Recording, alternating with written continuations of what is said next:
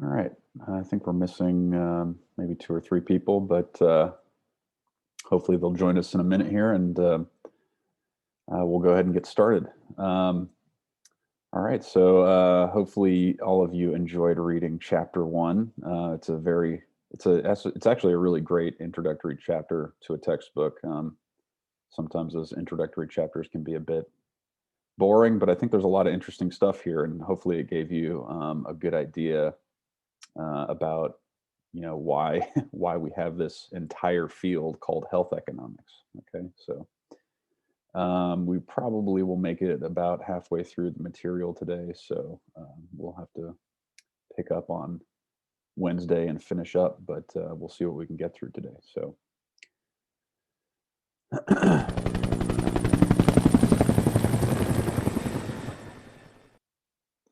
all right, so every chapter is going to start with just some very broad learning objectives, so I like to cover those first. So kind of keep these in the back of your mind, and try to sort of focus on them as we go through this chapter. So one thing you want to be able to do is basically answer the question, why health economics, right? Be able to tell someone why the special study of health economics makes sense. And you also want to be able to sort of list those issues, and talk about those issues that make you know that basically require us to have this entire field dedicated to the issue of health economics, and also ways to approach these issues, right? And part of that, I mean, these are pretty closely related, but part of that is going to be identifying sort of the particular characteristics that make markets for healthcare and health insurance different from, other markets like the market for gasoline, for example, right? Because there's a lot of particular things about these markets that are different from other sort of more standard markets. And then after we go through this chapter, you also want to be able to, broadly discuss sort of how things have changed over the years, over the last, I don't know, 6 or 7 decades, I guess, and how sort of healthcare and health spending has evolved over time, and the sorts of things that have caused those changes. All right, so I want to hear from y'all. What do you think? Why do we have to have this entire separate branch of economics called health economics?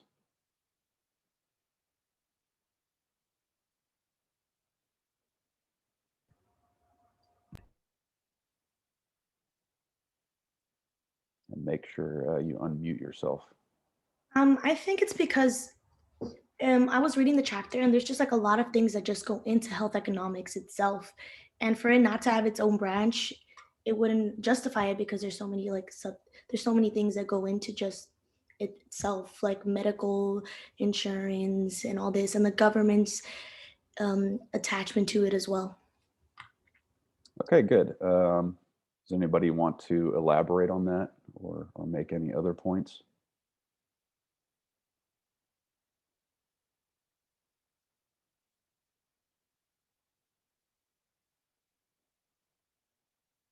Y'all seen Ferris Bueller's Day Off? Bueller, Bueller. uh, if you haven't seen that movie, I recommend it. But yeah, so one thing. Okay, so maybe this is a really good reason to study health economics. It's a huge part of our economy. Okay, and we'll see exactly how big a chunk of our economy it is. So that's one good reason. Another good reason that we kind of alluded to and Estrella was talking about is the fact that there are, several things that go into the consideration of health markets, of um, healthcare markets and health insurance markets. And speaking of health insurance, the fact that there is health insurance, so this is something that is not very typical in markets, is the fact that there's sort of this separate market that is directly tied to the healthcare market. Of course, all of these things are basically making the analysis more complicated than just a traditional supply and demand analysis. And then, of course, particularly in the medical field, there's a lot of changes in technology, and sometimes they're very rapid.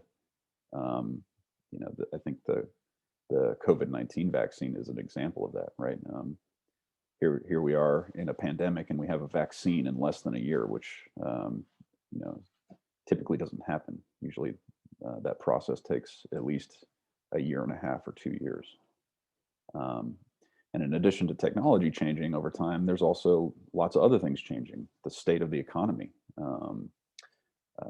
the regulations and the rules and the policies that government are placing on the marketplace are changing over time. So all these things sort of basically make our what would typically be our very straightforward supply and demand analysis much, much more complicated, right?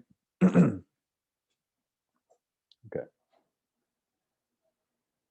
So let's just start off with the first one, right? So again, the healthcare market is huge. It's a huge part of our economy. The resources devoted to healthcare are incredibly substantial. Okay, so these are figures from 2019. So total healthcare spending in the US, almost $4 trillion. That's a lot. That's a huge chunk of our economy. Per person on a per capita basis, that's almost $12,000 per person. And that includes everybody, right? Infants, babies, elderly, right? Per person. So of course, that's not what's being spent on each person, but that's an average. Now, this is perhaps the most telling figure, right? It's almost 20% of our GDP. It's almost 1/5 of our GDP, which is just huge. And it's growing pretty quickly. In fact, it's growing in most instances faster than GDP is growing, right? So GDP growth is usually around 2 to 3%, and we're seeing, at least from 2018 to 2019, a growth of 4.6%. So substantial resources. And then to make a comparison to other countries, right? As far as the U.S. goes, and these are figures from 2018.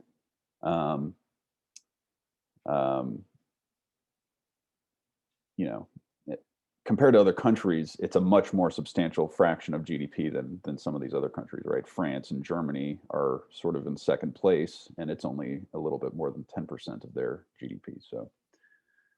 So particularly here in the U.S., it's of interest. All right. Any questions so far? So that's pretty straightforward, right? Lots of resources devoted. I have a question. Yes, go ahead, Blythe.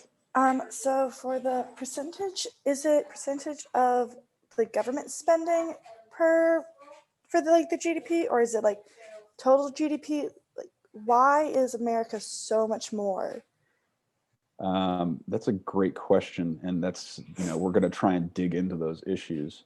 But basically, when this figure says 17.7% of GDP, that basically means if you take all of the spending on healthcare, and that's from consumers, businesses, the government, and even internationally from a net exports sort of perspective, it's all of those categories total as a percentage of GDP. So GDP is right around 20 trillion, and of course, as you can see, right, almost 4 trillion on healthcare by itself. All right, any other questions?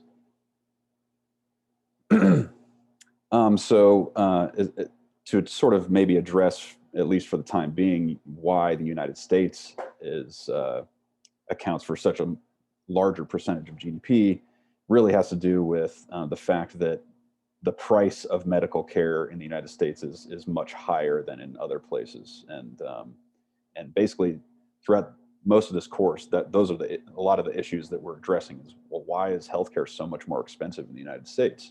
And it has to do with lots of reasons. It has to do with regulation and supply side issues, demand side issues, health insurance. So that's we're going to be answering that question throughout this entire course, basically. as well as some other questions. Okay, so aside from the fact that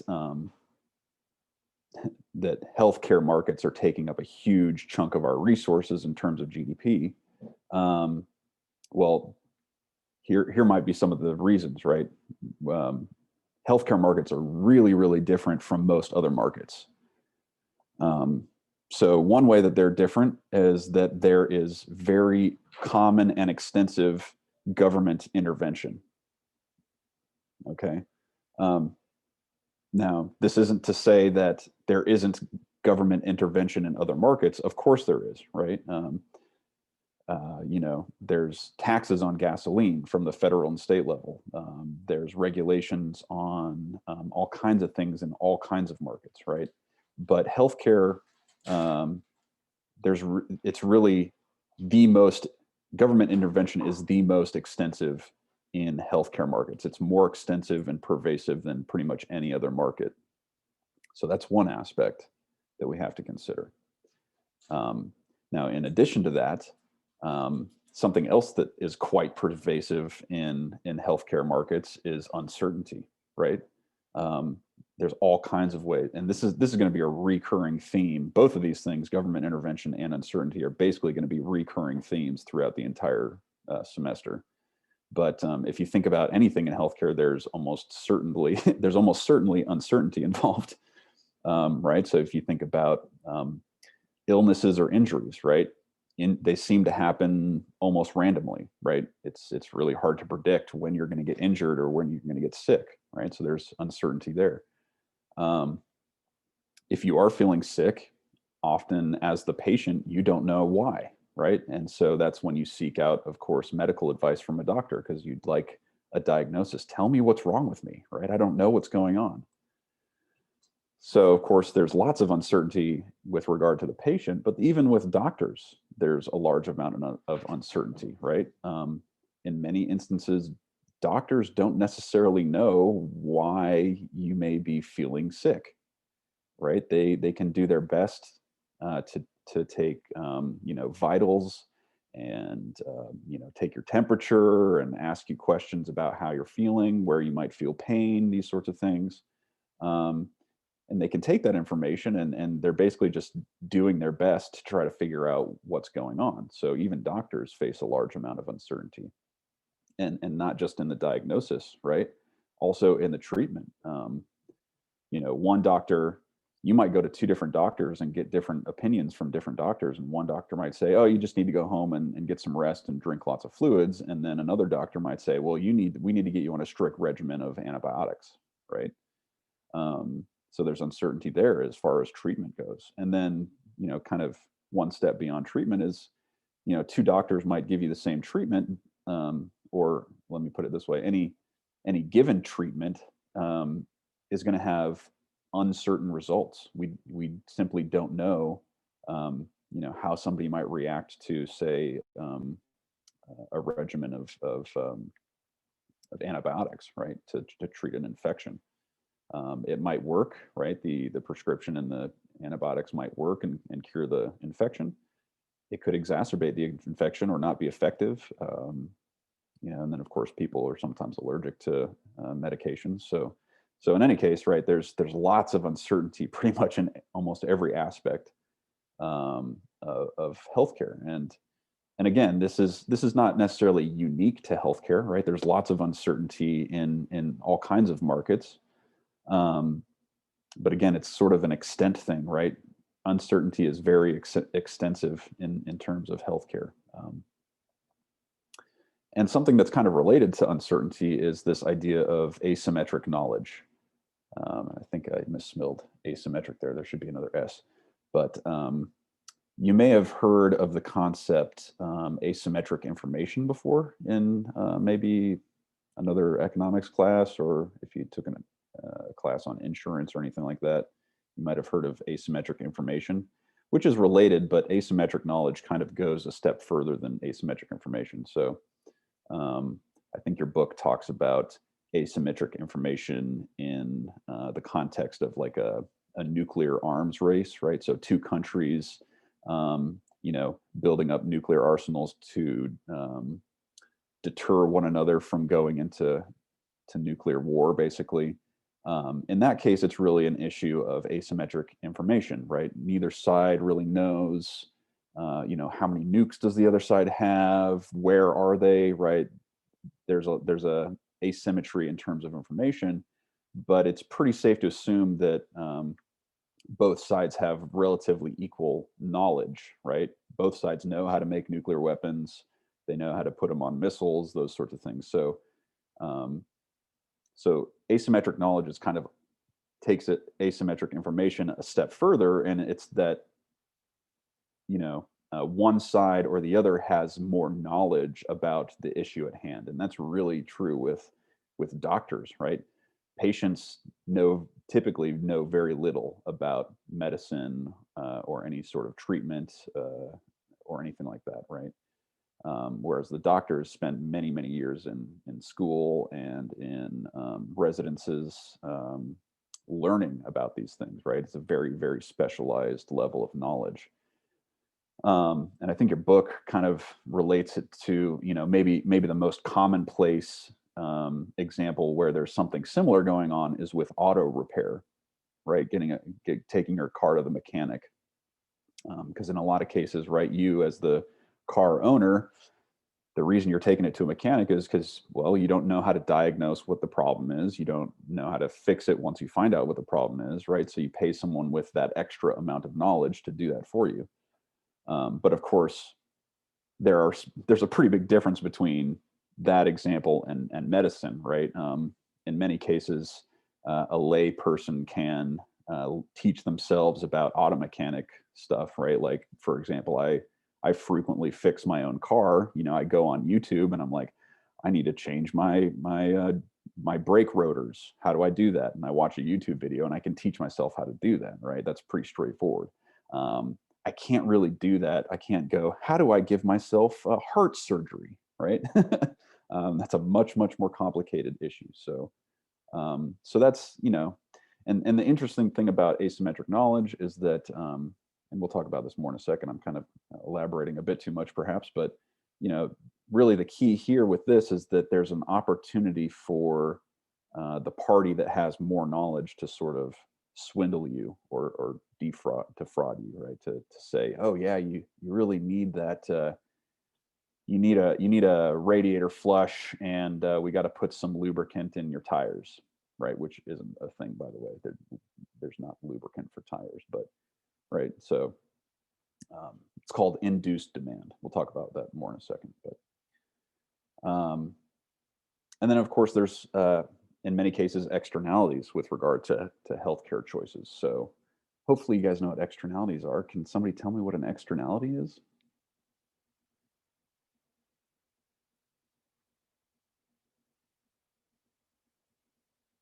This is something you hopefully learned in your intro to microeconomics.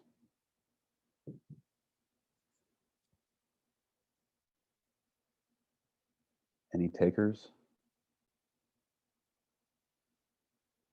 Do I need to incentivize this with bonus credit? Yeah, go ahead, Blythe.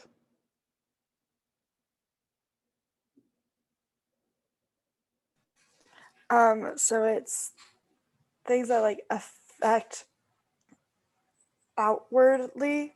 So it's not just like it's businesses and corporations that affect other people outside of their system. It's like pollution is externality, I believe, where like once it's out of their area, it's not in their control, if I remember correctly.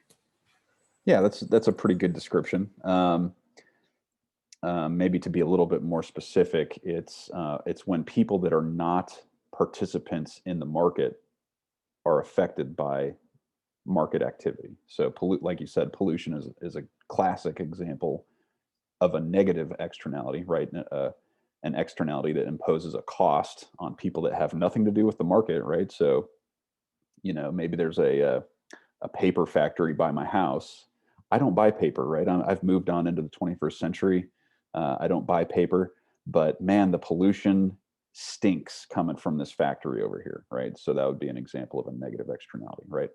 I'm in no way participating in the market for paper, but I'm being negatively impacted by sort of the results of that market activity, right? And of course, there's positive externalities as well, right? And we'll talk about these more in a second, but hopefully externalities is something you've heard of before. All right, any questions so far? So we're going to dive into each of these in a little bit more detail. So the main thing here is that, right, yes, all of these things exist in other markets, but there's almost no other market where all of these things are happening at the same time and in such extensive nature, right? So these are the things that really make the market for healthcare really unique and different. So, okay, so we're going to start off with government intervention. And you know, the way that I like to think about this is that healthcare markets are not free markets, right? So you hear all the time about free market capitalism. Okay, that does not apply to the healthcare market. Okay, you may have heard of laissez-faire, right? Laissez-faire does not apply to healthcare. Okay, the government has its hands all over the healthcare market. Okay, so one example of that is licensing, right? Doctors need to be licensed, nurses need to be licensed, technicians need to be licensed, and in most cases, it's government licensing, right? So the government making sure that these people are competent in their craft. Okay, another great example is very recent history, right? The Patient Protection and Affordable Care Act, sometimes called the ACA, or sometimes better known as Obamacare, right? So that's a very interesting example of government intervention that we'll talk about. You also have the government providing health insurance, both at the federal and state level, as well as other financial aid.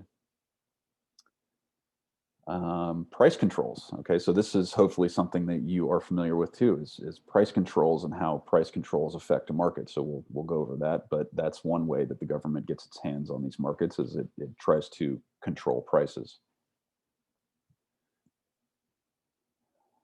Another thing that the government does is it very frequently regulates the entry and exit of both hospitals and doctors into the market, right, to become suppliers of medical care.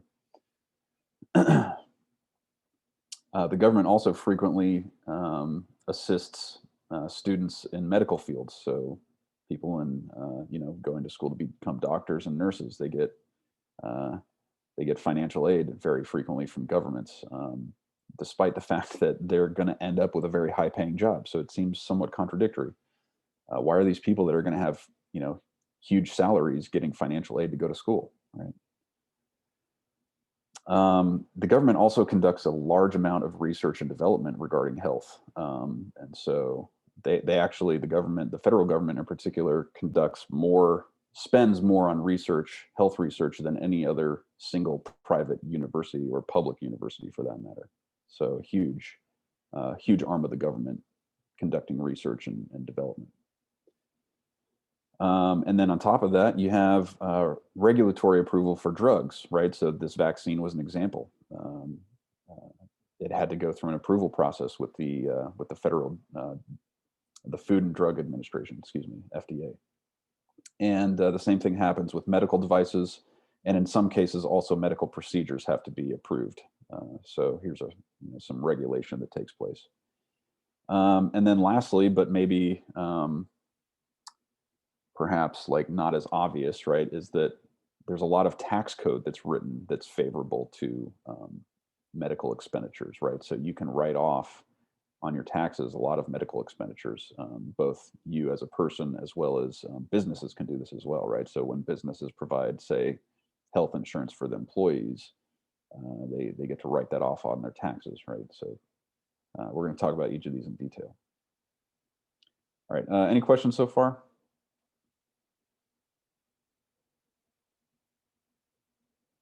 Okay. Cool. All right, so licensing, just to talk about it a bit more, right? So doctors have to be licensed, um, pharmacists, dentists, right? They have to go through a licensing procedure. So much like when a person gets a driver's license or gets a license to fly a plane or be an attorney, right? Um, much like those cases, most professions in the healthcare industry require some sort of license. Okay, so um, and it's not just the government. In a lot of cases, there's private certifications also. So, but that would be private, not government. But in any case, but so here's a question for y'all: Why do you think we are so thorough in making sure that these professionals are competent?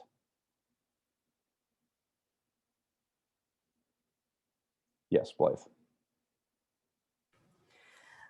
Because people's lives are at stake. If they're not competent, people die. Yeah, yeah. That's hopefully it wasn't too. It's pretty obvious, right? You're exactly right, right? These people um, basically have other people's lives in their hands, right? And so, um, in a way, right, the government is trying to provide a social good, right, a public good by making sure that these people know what they're doing, so that you can't just, right. I can't just put up a sign in my front yard and say, "Yeah, I'm a doctor. Come on in, and I'll stitch you right up," right? That's how it used to be way a long time ago before the government started regulating like this. But right, so of course we can relate this to uncertainty. It's trying to alleviate some uncertainty, right? If we fix these professionals, that would just make the uncertainty even worse. It's like, am I even going to a good doctor that knows what they're doing? I don't know. Well, the government has required them to get a license. Okay. Okay. Obamacare, right? Man, missed that guy. Uh, yeah, this was a lot of interesting things came out of Obamacare. So one of those things was the health insurance mandate. Okay, so for the first time ever, um, the federal government said you have to have health insurance, right? Just like if you want to drive a car, you have to have car insurance. Well, now you have to have health insurance. Okay, that's what a mandate is. It's a requirement. And if you didn't have some minimal amount of health insurance, then you get penalized on your taxes at the end of the year. Okay, so this was a unique policy that had never been done before. It also eliminated the possibility for insurance companies primarily to discriminate against those that had pre-existing conditions. There were some stipulations in something called HIPAA that limited the degree to which companies and businesses could discriminate based on pre-existing conditions. But the ACA or Obamacare basically said, you can't discriminate on it at all, right? In no way, right? So you can't deny someone insurance if they say have cancer. You can't unduly increase the price that you charge them for insurance if they have a pre-existing condition like cancer, right? Any sort of discrimination, whether it's price discrimination or otherwise, is totally prohibited. Another thing that the ACA did was it created these sort of regional health insurance, which um, was their best attempt at getting government Medicare for all, right? If you've heard of that from like Bernie Sanders or Elizabeth Warren, right? That would sort of be like, right, all health insurance is provided by the government. That would be Medicare for all. This was kind of their next best option, was to try to create these regional health insurance exchanges that were provided low cost health insurance for people that have low incomes and things like that. And to a large degree subsidized by the government. So that's part of the reason for their low cost is in many cases it's subsidized for low income individuals. And among a few other things that it did, in addition to those first three, it also proposed reforms to Medicaid, which we will talk about. And it also encouraged a stronger focus on prevention. Okay, so something that is a more recent development in healthcare is this idea of, well, it might be just cheaper to prevent illness rather than wait till you get sick and then spend all this money making you better, right? So the ACA really tried to make that a focus in encouraging what's called preventive medicine. All right, let's prevent people from getting sick in the first place, and there's a good chance that that will actually be cheaper than just letting them get sick and then treating them. Um, what's the word? Ex post, right, or after the illness.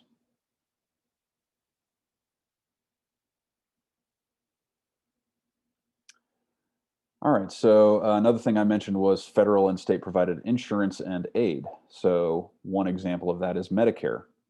Okay, so Medicare is government provided health insurance that primarily covers elderly people, so people 65 years and older, but it also covers some other demographics. It also covers people that have kidney disease.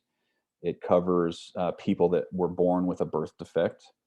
It covers people that are permanently disabled, and it also covers people that are blind. Okay, so right, sort of a need-based in terms of whether you're old or you have a disability or whatever.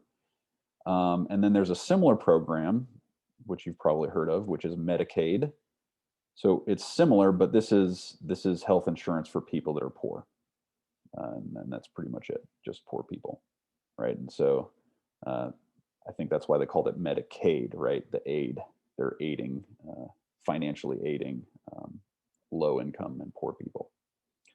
And then there's other ways that the government provides health insurance. Obviously, it provides health insurance to military members and their families. Interestingly enough, the government also provides health insurance to migrant workers, which is pretty interesting, right? People that are not citizens of the United States are getting covered by the government for health insurance. And then aside from this, even basically anyone can walk into a hospital and demand care, and the hospital cannot refuse giving you any of their services, particularly if they're life-threatening. Elective surgeries are, that's a different issue. But in the case of life-threatening injuries and illness, the hospital has to treat you regardless of whether they believe you can pay or not. Okay. So that's kind of even a step further, right?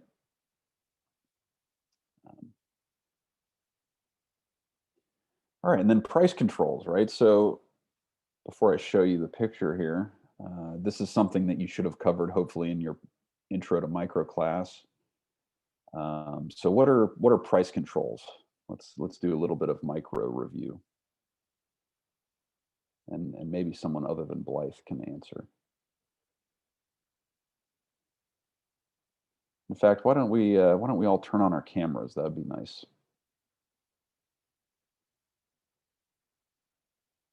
Just so I know that you are present and paying attention. Thank you so much. The demand for healthcare is inelastic. So if we don't take price control, the price will go too high. Okay, yeah, okay. So you mentioned some interesting things there. I like that you talked about elasticity, right? So healthcare is typically very inelastic, right? Especially in the case of life-threatening treatments. So there might be a concern that because of that, the supply side, right, businesses might take advantage of that fact and really jack up the price, especially considering the fact that the supply of healthcare is nowhere near being perfectly competitive, right? It's probably closer to monopoly, right, or oligopoly at least. So yeah, so there might be this concern that prices might get too high, so we might want to put a what on prices? A price ceiling? Yes, very good. A price ceiling, right? That's exactly right. So there have been price controls since 1971 in the United States, and they're typically price ceilings on physicians, um, and typically it's only applies to cases where there's government provided insurance, right? So Medicare, Medicaid. Um, and over time, they have become more rigorous and binding, so even more impactful. But here's a picture of what that would look like, right? In our supply and demand model, right? So we've got supply and demand, of course. We've got a ceiling on the price. So now, of course, this is a binding price ceiling, right? So the price would like to be higher, but of course, we can't go above the ceiling, right? Just like you can't go above the ceiling in your room, right? So this is binding, which means it will have an effect, right? And of course, what are some of the effects here that we see from this binding price ceiling?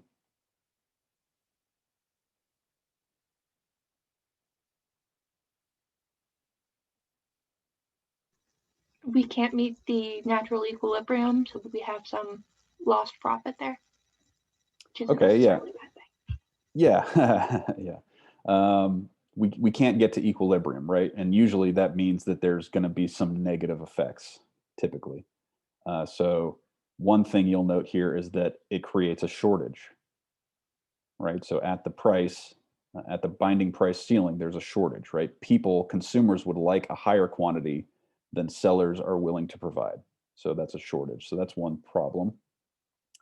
The other problem is that dead weight loss, right? So hopefully you remember the concept dead weight loss, which is basically a loss of benefits to society, right? So society is made worse off as a result of this. And then there's also a shift of consumer and producer surplus. Okay, so like you mentioned, Isabella, producer surplus is decreased, right? So we can relate that to profits being decreased, right? So and then on top of that, in some ways, it is good for consumers, right? Consumers capture a portion of the producer surplus, um, but again, we have that shortage, right? So while some consumers are better off, some consumers are worse off, right? They're not able to get the procedure or the treatment because there's a shortage, right? Okay, so this is a pretty big issue here, and hopefully you remember these things from your intro class. All right, so entry and exit regulations. So hospitals and physicians face significant barriers to entry, and this is even aside from the licensing issue that we talked about. So of course, the licensing issue is a barrier to entry, but there are other barriers to entry as well, aside from just licensing. In addition, there's also barriers to exiting. Okay, so you can think about hospitals. One example is hospitals have to get what's called a certificate of need in order to expand the number of beds that they have. Okay, so this isn't a license, it's just like a proof that there's a need for more beds before they can expand. And you can imagine that, especially maybe in a rural town where there's only one hospital, if the hospital wanted to close, well, that's going to be a huge political issue if it's the only hospital in that rural town, right? And the government might even take extreme steps to prevent that hospital from closing. Okay, so and then, of course, the financial aid that we mentioned for medical students, right? So, again, why are we giving these people that are going to have really high-paying jobs? Why are we giving them free education? So, I'm curious. Do you guys have any ideas why the government might want to provide aid to medical students, or nurses, or anybody else like that?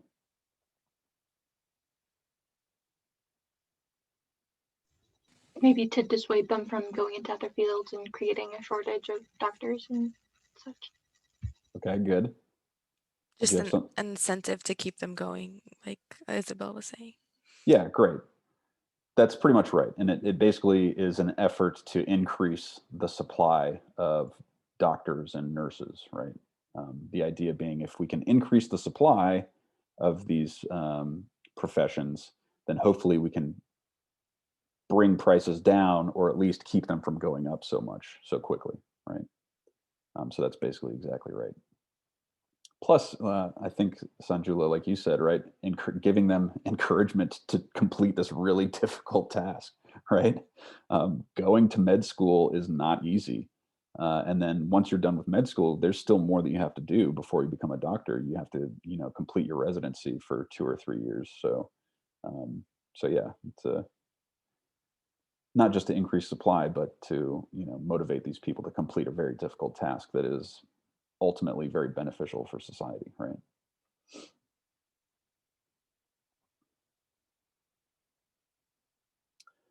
And then there's, of course, a few other things here that we're just going to touch on real quick. So there's the research and development aspect. So the major research branch of the government is the National Institutes of Health. And they spend a crazy amount of money on research, medical research. And it's really just to benefit the public, right? So they investigate lots of things, medical procedures, way to make healthcare more affordable. But they spend billions, hundreds of billions of dollars a year on research, and that's the National Institutes of Health headquarters in Bethesda, Maryland, that you see there. So, and then on top of that, we've got regulation, right? So we've got the Food and Drug Administration approving pharmaceuticals and vaccines, and making sure that these sorts of things are safe for the public, right? Safe for public use. And then you have the IRS even dipping its toe into the medical markets, right? By providing tax incentives. So, like I said earlier, if you have to spend some money going to the doctor, you can deduct that from your income, and so your tax burden will be lower. And the same is true for businesses, right? When they provide their employees with health insurance, that qualifies as a tax deductible expense. So lots of favorable tax code that's written to incentivize basically these sorts of expenses. All right. Any questions so far? So that was, there's a lot of ways that the government is involved in the healthcare industry. Almost every way imaginable, they are involved. They've got their hands in the market. So again, this is, not something that's unique to the healthcare market, but geez, there's just like, can there be any other ways that the government gets involved in healthcare? I don't know. I can't think of any. It seems like they've got all of them covered. So, you don't really see that in other industries, the extensive intervention, right? Like you see in healthcare.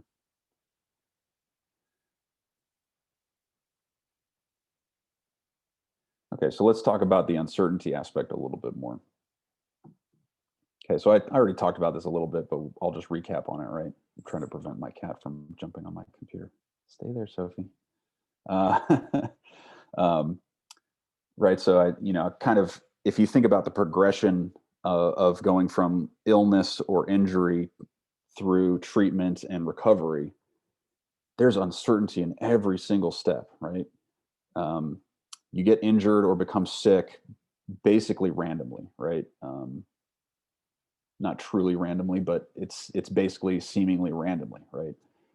You can't really control every single aspect of your life to prevent yourself from getting injured or sick. And then if you do get injured or sick, in most cases, as the patient, you don't necessarily know what's wrong with you, right? Which is of course why we seek out medical professionals, right? They hopefully have some better idea about what's wrong with us. And particularly with illnesses, not as much with injuries, right? If you twist your ankle jogging in the forest or something, like you know what happened, you twisted your ankle, and but you don't know if it's sprained or broken, maybe you can guess, but you don't know. But then with, of course, with illnesses, it's much more uncertain, and this should be really obvious, especially going through this pandemic, right? I'm sure that at some point in the last 9 months, you've gotten a little bit of a sore throat, or you've woken up not feeling great, and you're like, oh my God, do I have COVID? I don't know, right? And so you have to go get a test to hopefully find out. But even, right, this is another great point. Even the test is wrong sometimes, right? There's false positives and false negatives. So there's even uncertainty with the diagnosis, right? And then of course the treatment, right? And even the severity, right? The severity, especially with COVID, is there's such a range of severity. Some people had it and they didn't even know it, right? And then some people have to go into the hospital and into intensive care and be put on a ventilator, right? So there's a huge range of uncertainty there as far as if you do get it, what's going to happen, right? And then of course the treatments, right? Early on there were doctors saying that hydroxychloroquine, that's the answer, right? We already have it. It's this malaria drug that's widely available and it works, right? And there were lots of, even some reputable immunologists and physicians that were saying, yeah, this is a viable treatment. And then you had other people saying, no, you can't listen to them. There's been no studies done. We have really no idea if that's an effective treatment or not. So I mean, it's, and then of course the outcomes are uncertain too. Like, once a treatment is determined, and you're going to be put on this regimen of treatment, we still can't be certain about how you will ultimately end up, right? And something else, related to COVID are all these sort of lingering systems that, not systems, symptoms that seem to be sort of, longer term that we still don't know about because it's only been, almost a year. But some people are having cardiac heart issues even after they were recovered. Some people haven't recovered their sense of taste and smell for months after they've recovered from the illness. So it's just crazy the kind of uncertainty that exists.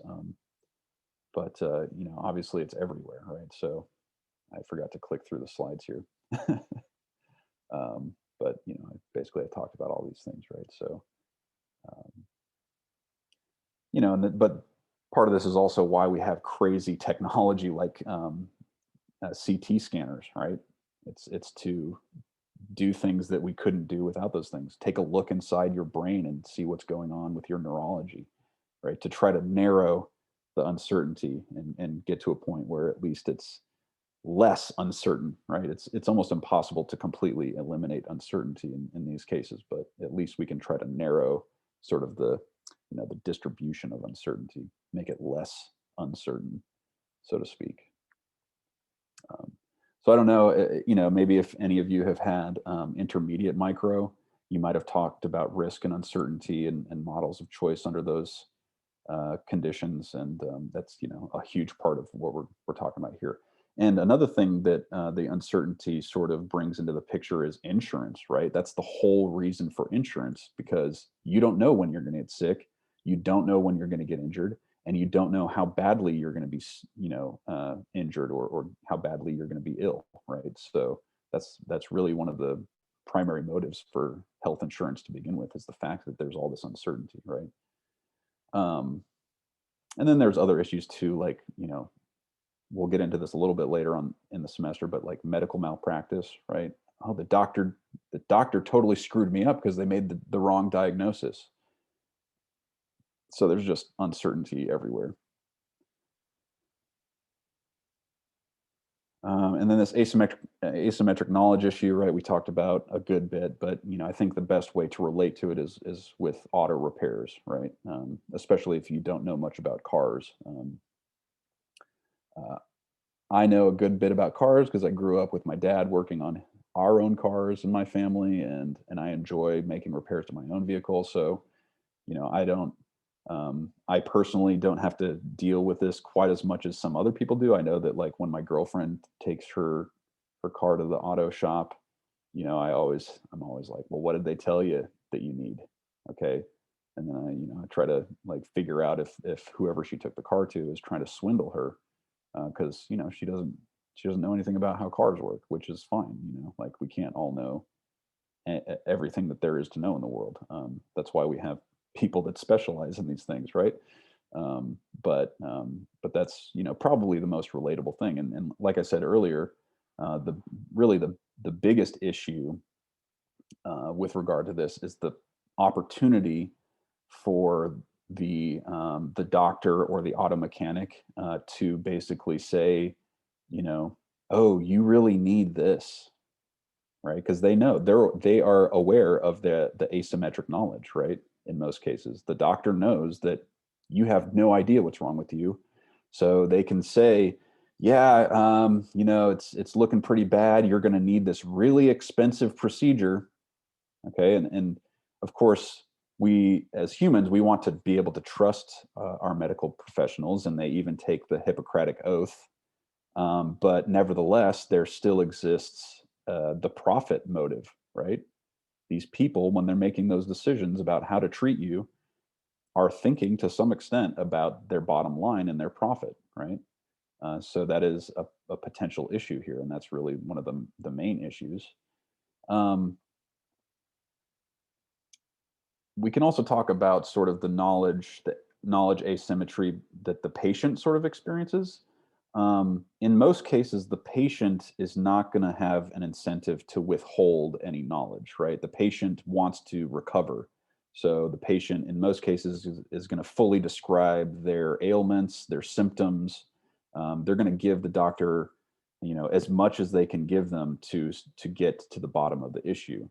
Now, that's not always the case. There are instances when a patient might be really terrified that they're basically going to get a diagnosis that they have terminal cancer, and they don't want to get that diagnosis, and so they might hide something from the doctor. But that's sort of that almost touches on the realm of an irrational economic choice. But in most cases, right, there's really nothing that the patient wants to hide, but there is something, the doctor might have an incentive to hide some information or some knowledge, right? And it's typically thought to be motivated by the profit motive, right? Just like the auto mechanic, right? Now something else I didn't mention earlier when we first talked about this issue is the fact that there may actually be something to help limit this kind of behavior. And that's the fact that in many cases, the patient-doctor relationship is a long-term relationship. And so if the doctor wants to continue treating you and have you as a customer, that incentive to deceive you might be reduced drastically, right? Because they know that if they get caught deceiving you, you're going to go to another doctor and they're going to lose business, and you might give them a bad Yelp review, or at least tell your friends, hey, don't go to this doctor, right? So the fact that there's this long-term relationship in most cases can sort of help alleviate this issue of doctors deceiving patients for the benefit of additional profit. And I think your book kind of compares it to an auto mechanic that's out in the desert when you're on your cross country road trip, compared to your local mechanic that you frequently go to, right? So out in the desert at some remote auto mechanic, they pretty much know that they'll probably never have you as a customer again. So why not cheat them out of some money, right? But your local mechanic is trying to establish a long-term relationship with you, and so they have an incentive to be honest, and not cheat you out of money or anything like that. So this issue of trust might be beneficial in that way, and sort of alleviate that problem. But these are the issues that are brought up given asymmetric knowledge. Now, there's another interesting aspect of this that your book doesn't really touch on, but I think it should. And that's the relationship between the patient and insurance, right? Because there's also asymmetric knowledge there, right? Because your insurance company is asking you questions like, do you smoke cigarettes, or do you use tobacco products? Are there any are there any risk factors in your family for illness, right? So these are things that they're trying to ask you to get a better idea of what they should expect to pay in terms of your medical expenses so that they can charge you an appropriate amount for the health insurance. And these are things that the patient basically has an incentive to maybe hide, right? If you're a smoker, you might think, oh, well, if I admit that I'm a smoker, my insurance premium is going to be higher. I'm going to have to pay a higher monthly fee for insurance, right? So maybe I'll hide that, right? So I don't know why your book didn't touch on that, but I think that that's another way that asymmetric information or asymmetric knowledge can have an impact in these markets is through the insurance patient relationship too. And then one other thing related to this is the fact that what we're talking about here are services.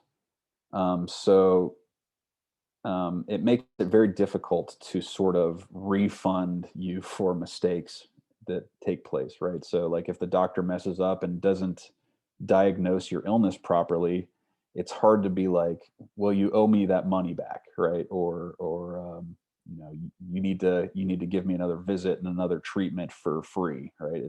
Because it's a service.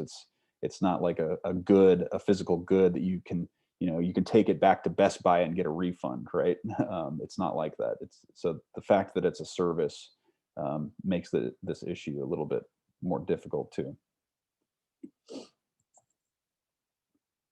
All right. Any questions before I continue? No? Okay. All right. And then, of course, there's the externalities issue, right? So here I've got a photo of someone getting presumably a vaccine, right? So what might be the idea behind the externality that's involved with a vaccine? And this is very relevant, obviously. By you getting the vaccine, you also prevent yourself from spreading it to other people if you, and instead you stop the match from going on to get somebody else. Yeah, exactly. So, ever since vaccines were a thing, I think almost, what was it, like 300 or 400 years ago when the first vaccine for, was it smallpox, I think?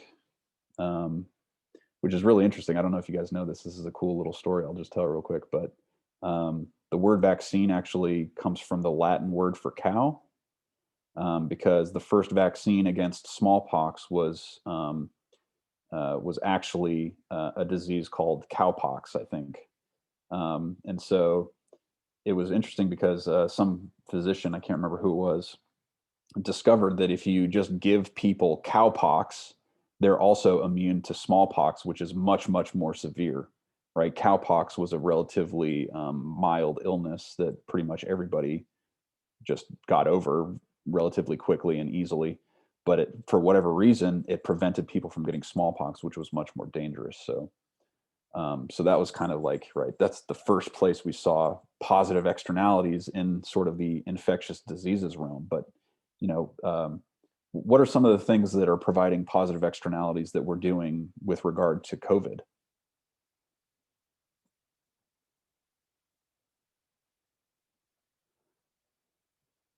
What are some things we're doing as a society that provide positive externalities? Yes, Blythe. Wearing a mask or the stay-at-home orders, socially distancing. So like even if someone else isn't wearing a mask, but I'm wearing a mask, it's helping them. Yeah. Yeah, that's exactly right. And in fact, like the masks in particular are like a really good example of a positive externality, because I don't know how much you guys know about the effectiveness of masks, but wearing a mask doesn't really protect you, right? It protects other people from you. That's where the most of the effectiveness is coming from. And I think maybe if we illustrated that in a better way to people, maybe more people would be okay with wearing masks. I don't know, maybe not. But if you just take it as, oh well, I'm actually not protecting myself when I wear a mask. It's not a selfish thing. I'm actually helping protect other people, and I can feel good about that, right? That might be a good way to motivate people to wear masks that are opposed to it for whatever reason. But yeah, that's exactly right. So masks and social distancing, right? There's also some other things that are pretty commonplace that you might not be aware of are providing positive externalities in a health regard, and that's things like sewage control, right? The fact that we have sewer systems, right? Because 100 years ago, people would just dump their sewage out the window onto the street, right? And you can imagine all the kinds of health problems that would cause, right? And so today we have things like sewage control. We have programs to reduce mosquitoes, which isn't as big of a deal here, but in places like Africa, right, where malaria is easily spread with mosquitoes, that's an example of a positive externality. Quarantining. So Blythe, you mentioned the stay at home. That's exactly right. And then also mass inoculation, right? So in order for y'all to go to school, you had to provide proof that you had been vaccinated for what are the three? Measles, mumps, and rubella, right? The MMR vaccine, right? So that's, of course, another example of positive externalities. And then there's some interesting examples beyond this too that you might not think about. So like, for example, antibiotics, right? When you take an antibiotic, there's a slight chance that when you take that antibiotic, the bacteria can become resistant to that antibiotic, which is a problem, right? That is a negative externality. So you're the one taking the antibiotic, and there's this chance that it can become resistant to the antibiotic, and therefore it's more infectious, right? And potentially more dangerous to other people. So, and then there's also things like, when people decide to drive drunk, right? It's not really a healthcare market thing, but it ends up impacting the health of others when people decide to drink and drive and then get in a wreck, and people that weren't involved in the drinking get injured, right? So, in fact, this is a pretty terrifying statistic, but apparently in a 3-year period, drunk driving kills more people than the entire Vietnam War killed U.S. soldiers. So a lot of deaths because of that. So, and then here's a reminder of how to analyze an externality using supply and demand. So here we have a, let's see, this would be a negative externality. Okay, so we have the social, the marginal social cost and the marginal private cost. So the marginal social cost is bigger, right? So there's an additional cost to society. If there's no control, if there's no internalizing of the externality, then we get to the quantity QE, which is the sort of equilibrium in the free market. But it's not socially optimal, right? There's a deadweight loss associated with it. It would be socially efficient if we could internalize that cost and get to the quantity Q0 or QO. Okay, so we might see this again later on, something like this. Okay, how are we doing here? Got about 10 minutes. We're doing good. This is great. Making great time here. Okay, so aside from the fact that there are all these issues with regard to healthcare, right? All these this unique combination of things that we do see in other markets, but not quite to the extent that we see in healthcare. There's also the fact that basically we don't really just have one market. We actually have two markets that are interacting. Okay, so this makes things even more complicated, right? So we have two markets that are interdependent, right? And that's the market for healthcare and the market for insurance. Okay. So of course we've got the supply of healthcare. So that here we have a picture. This is Grady Hospital in downtown Atlanta. Okay. And we've got the suppliers of insurance and the market for insurance. And both of these things are acting interdependently to determine the demand for healthcare and the supply of healthcare, right? And so to start to dive into these issues, all of these issues, we're kind of going to take, there's basically two frameworks in our approach and how we analyze these issues.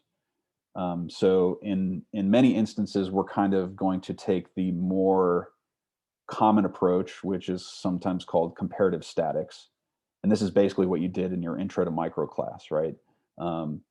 What happens to price and quantity when supply increases, right? So you're looking at basically before the change and after the change and what happens, right, to price and quantity.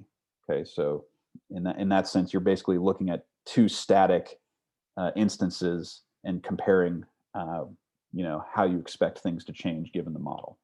And so this is really sort of a framework where we're assuming that technology is fixed, everything is fixed, and we're just looking at single changes here and there.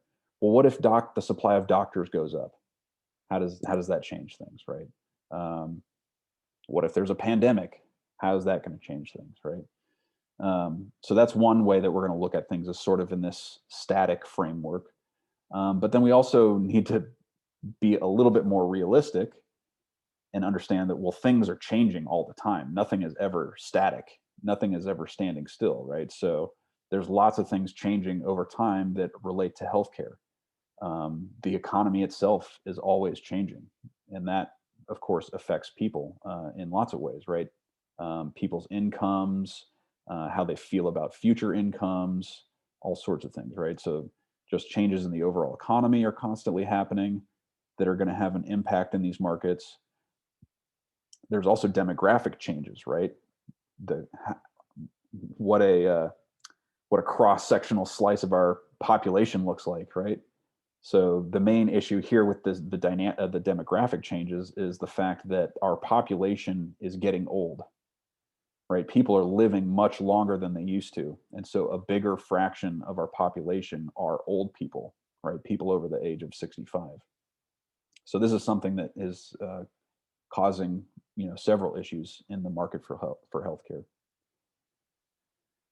And then, of course, there's technological change, right, happening all the time. New technology, new drugs, new procedures, all those sorts of things, right? So we might also, rather than taking a static viewpoint, we might want to consider these sort of dynamic changes that are happening.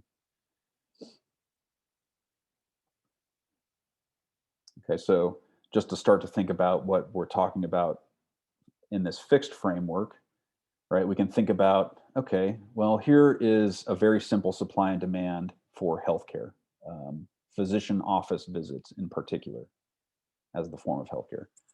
So, of course, given this, we can predict a price, an equilibrium price, and an equilibrium quantity, right? And then we can ask ourselves, what happens if we introduce health insurance into this picture, right? So what does health insurance effectively do in terms of price, the price that patients pay and the price that physicians or hospitals receive?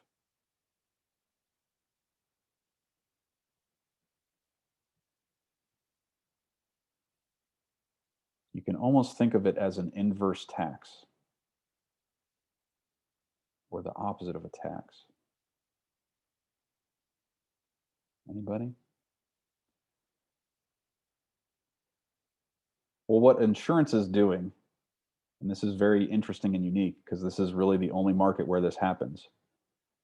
Insurance is lowering the price that the consumer pays, and it's increasing the price that the physician or hospital gets, right? It's driving a wedge between those prices. So you may have learned about a tax wedge in intro to micro, right? A per unit tax. This is basically the opposite, right? So a per unit tax increased the price to consumers and decreases the price to suppliers. Insurance does essentially the opposite.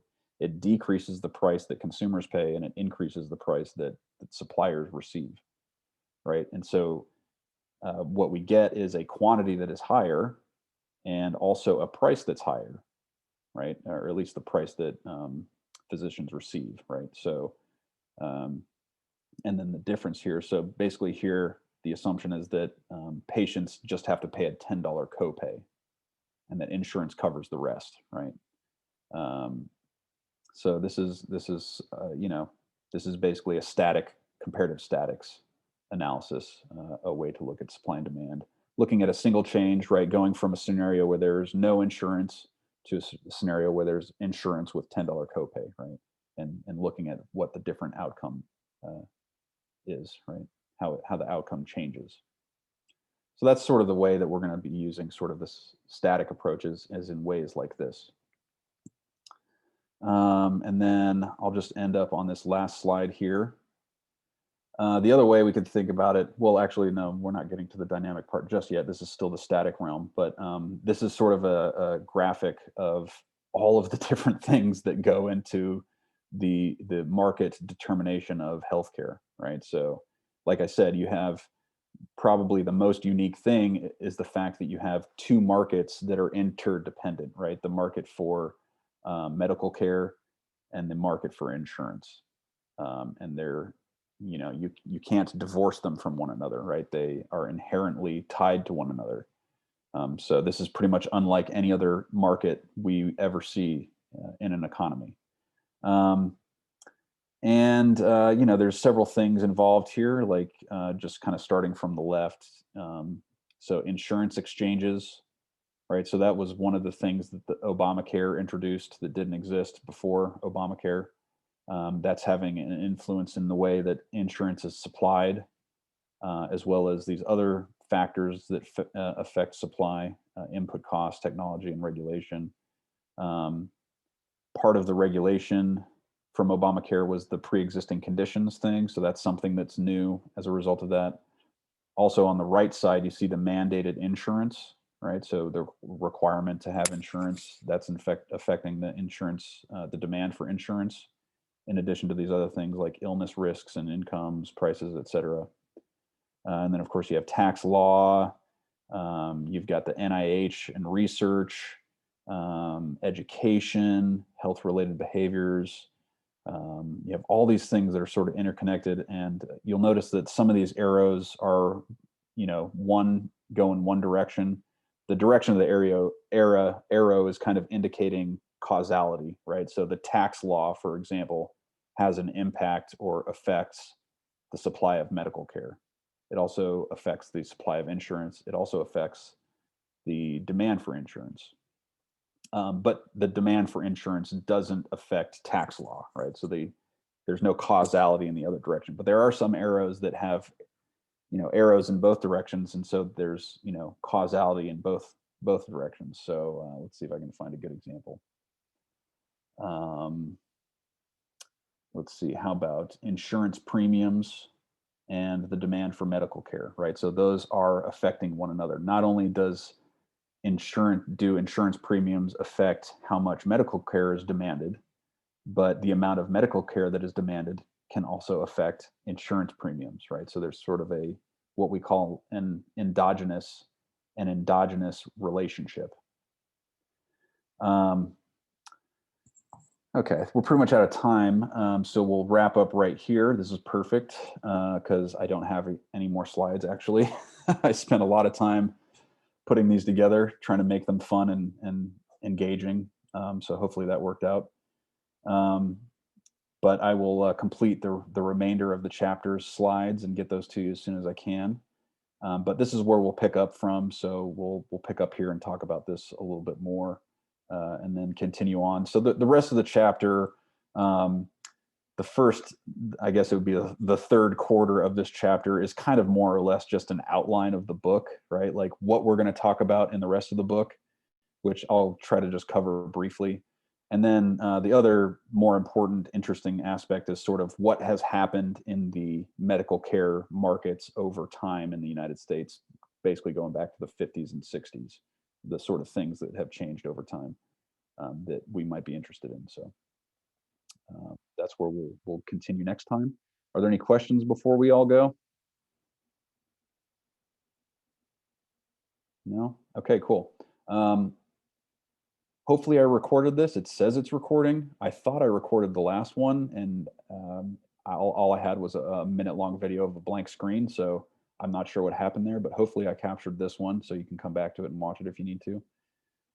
But I should, as long as it worked out all right, I should have that posted on Canvas shortly. So if there are no questions, though, I'll let you guys go, and I'll see you on Wednesday. Thank you. Yep, bye.